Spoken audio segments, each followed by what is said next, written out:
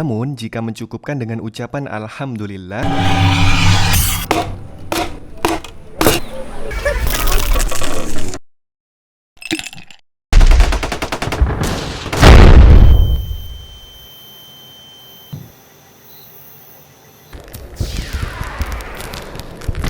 الرسم من محل أيا ومواطنون يعبرون عن غضبهم. Pelayanan One Stop Service pastinya bisa memenuhi segala kebutuhan liburanmu, mulai dari reservasi tiket pesawat,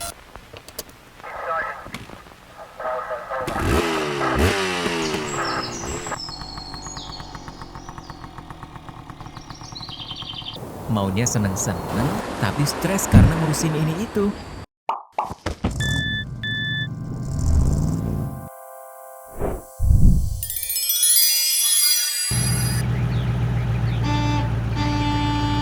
Ikuti aja Family Catering 3 KPMI Jawa Timur tanggal 7 hingga 9 Januari 2022 untuk berlibur bersama keluarga, memperkuat relasi dengan para pengusaha, dan tentunya dengan meraih ilmu muamalah.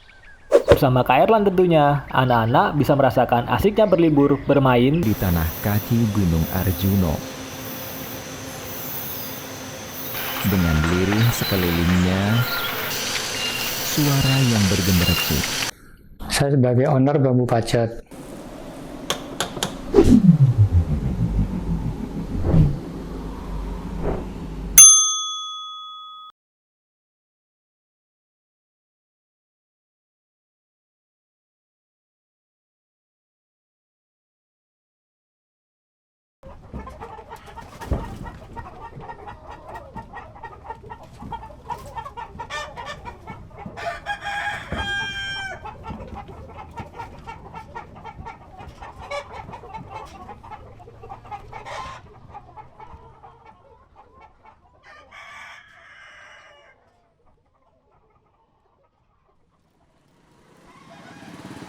Kisahnya ya awalnya dari orang tua ya, yang dulu merantau ke Surabaya yang belum punya apa-apa, akhirnya mencoba berbagai usaha dan akhirnya ketemu untuk jualan soto.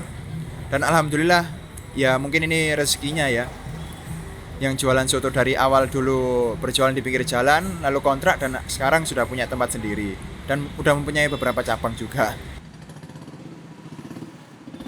Assalamualaikum warahmatullahi wabarakatuh. Nama saya Agus Nasrullah, bisa dipanggil Nasrul. Saya asalnya dari Surabaya. Saya sebagai owner dari Soto Ayam Pak Jayus.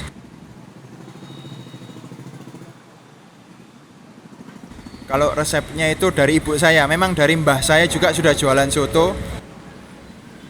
Sebelumnya dulu bapak saya jual tahu tek, lalu sempat jualan es, ibu saya jualan gorengan.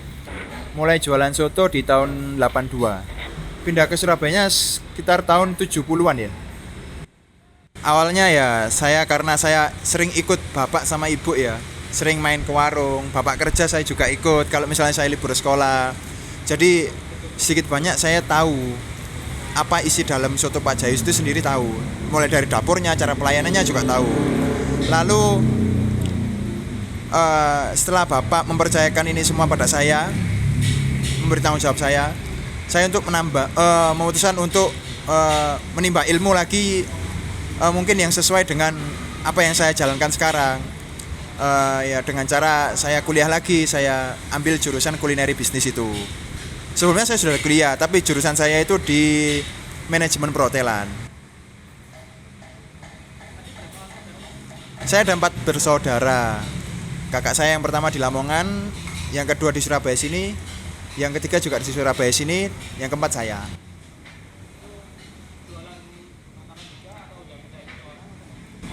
Yang pertama bekerja di sana, yang kedua aktif di partai politik di Surabaya sini, yang ketiga juga berjualan soto, namanya soto Cak Muin di daerah Klampi sana.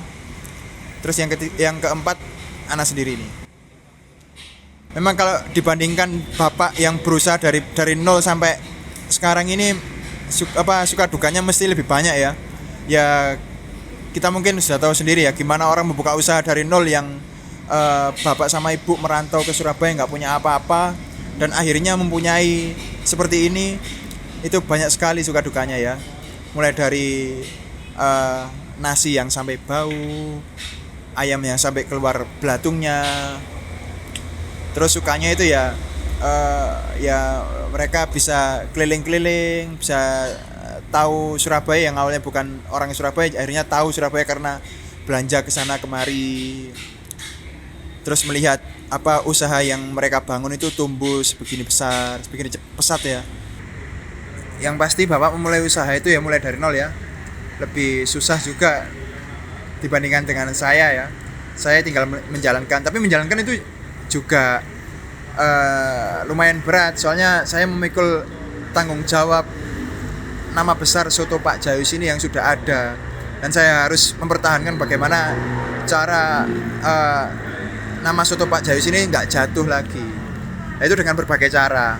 Seperti dulu bapak saya yang belum mengerti soal ilmu-ilmu branding, dan yang sekarang saya juga belajar dari teman-teman pengusaha juga. Gimana sih caranya branding, gimana sih caranya orang-orang itu yang lama nggak kesini biar datang kembali itu gimana. Itu saya belajar. Ya mulai dari mengaktifkan sosial media dan yang lain-lain lah. Memang saya memutuskan untuk sekarang ini saya masih fokus di Soto Ayam Pak Jayus ini, dan saya masih berusaha untuk mengembangkan gimana sih Soto Ayam Pak Jayus ke depannya itu agar lebih besar lagi dari apa yang dicapai bapak saya. Untuk saat ini perharinya sih habisnya sekitar rata-rata bisa sampai 15 ayam. Ya, dulu orang tua saya masih belum paham soal dunia marketing, branding. Ya orang tua saya jual seadanya lah. Kita buka, kita jual, ada orang beli, orang suka, orang kembali. Cuman dengan seiring perkembangan zaman ya, dengan cara itu mungkin kurang cukup, kurang ada perkembangan lagi. Akhirnya saya memutuskan untuk belajar kepada teman-teman pengusaha lainnya. Gimana sih caranya orang-orang itu biar datang ke sini yang dulu pernah datang. Misalnya dulu waktu zaman kuliah itu datang ke sini, terus tuanya itu gimana cara ngenalin mereka itu biar datang ke sini lagi, itu gimana. Ya awalnya itu saya bertemu dengan teman saya, memang beliau menguasai di dunia marketing, branding. Akhirnya saya meng-hire teman saya itu dengan sistem vendor. Jadi saya membayar dia per bulan berapa gitu. Mulai dari mengaktifkan di sosial media Instagram itu, yang awalnya dulu masih nyoba dulu ya. Teman saya juga masih belajar juga, soalnya saya kliennya pertamanya juga. Iya. Gimana sih mulai dari foto-foto itu gimana ya yang bagus biar orang-orang suka itu kayak gimana. Akhirnya ketemu kayak gini. Terus habis itu gimana sih cara ningkatin penjualan itu. Dulu kita sempat ngiklan juga di Instagram, ada yang Instagram Ads itu. Pertama saya coba di angka 300.000, terus saya naikkan 500.000, terus akhirnya saya berani sebulan itu saya invest di Instagram Ads itu sekitar 3 juta per bulannya. Ya memang ada kenaikan lumayan signifikan juga. Dari orang-orang datang itu pernah bilang gini, iya mas saya datang ke sini soalnya saya lihat di Instagram Ads itu. Terus mulai dari situ kita belajar lagi gimana caranya kita bisa ngenalin ke masyarakat tanpa melalui Instagram Ads. Akhirnya kita buatlah video-video reels dengan sound yang lagi viral, atau mungkin pakai sound yang memotivasi. Kan orang Indonesia insya Allah suka lah yang kayak gitu, yang membangun, memotivasi gitu.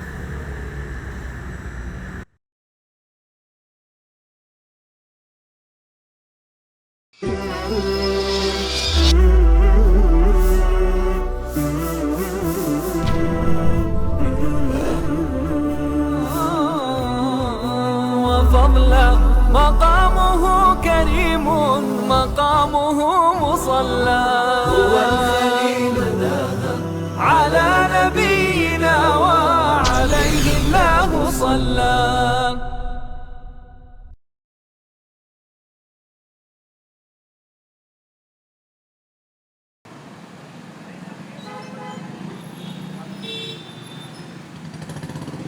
Kalau dulu sebelum saya pakai marketing yang kayak gini-gini ini, ya mungkin sebulan saya dapatnya 200 juta. Setelah saya menggunakan sistem marketing, branding ini, ya alhamdulillah bisa naik sekitar 50% dari itu. 50% atau lebih lah. Memang sangat pengaruh, sangat pengaruh. Ya semua orang kan pasti punya HP ya. Mereka juga pasti, semua orang 90% lah punya sosial media juga. Dan bangun tidur orang-orang pasti lihat HP. Ya gimana caranya usaha saya itu bisa masuk ke HP mereka itu. Kalau mall sih masih nggak ada rencana ke sana ya. Saya memang punya idealis sendiri, ya buka warung makan gitu aja, bukan yang makan makanan yang fancy gitu. Kendalanya sih konsistensi ya mas ya. Konsistensi itu sangat-sangat susah sekali ya, menjaga konsistensi makanan, menjaga konsistensi pelayanan, terus menjaga konsistensi dari pembukuan dari keuangan itu sendiri, itu memang susah. Jadi kita harus benar-benar satu persatu nyari masalah itu, mulai dari kuah, apalagi masakan ya. Soto ini beda dengan masakan kuah yang lain, kayak bakso, soto itu beda. Jadi soto itu kalau lama-lama nyalakan apinya, itu warnanya semakin berubah karena ada bahan dasar udang yang kalau lama-lama kena api itu semakin merah coklat gitu. Jadi ya caranya kita menjaga konsistensi itu tadi. Ya untuk menjaga konsistensi semuanya saat ini memang saya sendiri. Walaupun sudah ada sistem-sistem, cuman masih tetap saya sendiri. Kalau untuk sebenarnya sistem sudah ada PIC-nya masing-masing. Cuman untuk approval tetap dengan saya. Nggak harus setiap hari sih. Kadang pas saya nggak bisa kesini ya mau gimana lagi. Ya saya percaya dengan PIC saya sendiri.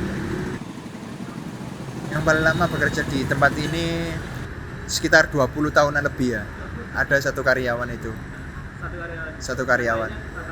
Yang lainnya rata-rata ya 5 tahun, 3 tahun, 5 tahun. Alhamdulillah yang kerja di sini semuanya betah semua ya. Jadi nggak keluar masuk gitu. Alhamdulillah setelah sekian lama soto Pak Jayus ini sempat menurun dari penjualannya. Bukan karena pandemi, memang karena dulu sempat menurun. Habis ada pandemi lagi lebih menurun lagi. Alhamdulillah mulai tahun 2022 ini mulai ada kenaikan lagi. Dan akhirnya sampai sekarang ini sudah bisa sampai ke hasil yang paling ramenya Bapak dulu.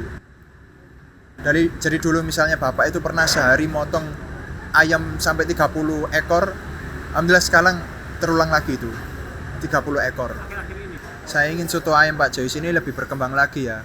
Karena Bapak saya juga dulu pernah bilang saya megang ini dengan ilmu-ilmu saya yang saya pelajari di sekolahan, dan bapak saya yang nggak sekolah bisa bangun ini sampai sedemikian rupa, dan saya yang sekolah harusnya saya harus lebih ya.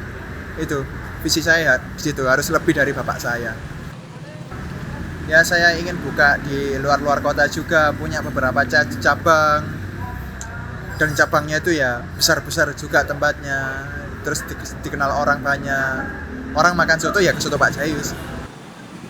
Ya semoga Allah mudahkan untuk 5 tahun inilah insya Allah. Bismillah ya. Ya ini pesan dari saya ya, yang dengan keterbatasan ilmu saya. Yang pertama, luruskan niat untuk menafkahi keluarga. Terus yang kedua, belajar fikih-fikih tentang usaha lagi, karena tanpa ilmu agama kita nggak tahu mana yang halal dan mana yang haram ya. Lalu yang kedua, konsisten, harus konsisten memang. Entah ada omongan orang dari luar kayak gini, tetap aja konsisten sama usaha yang kita jalankan. Jangan menyerah, tetap berusaha. Kalau ada halangan, ya kita coba aja lah. Karena manusia itu pasti ada masalah, tetap pasti ada masalah. Ya intinya konsisten itu aja, tetap konsisten dan semangat.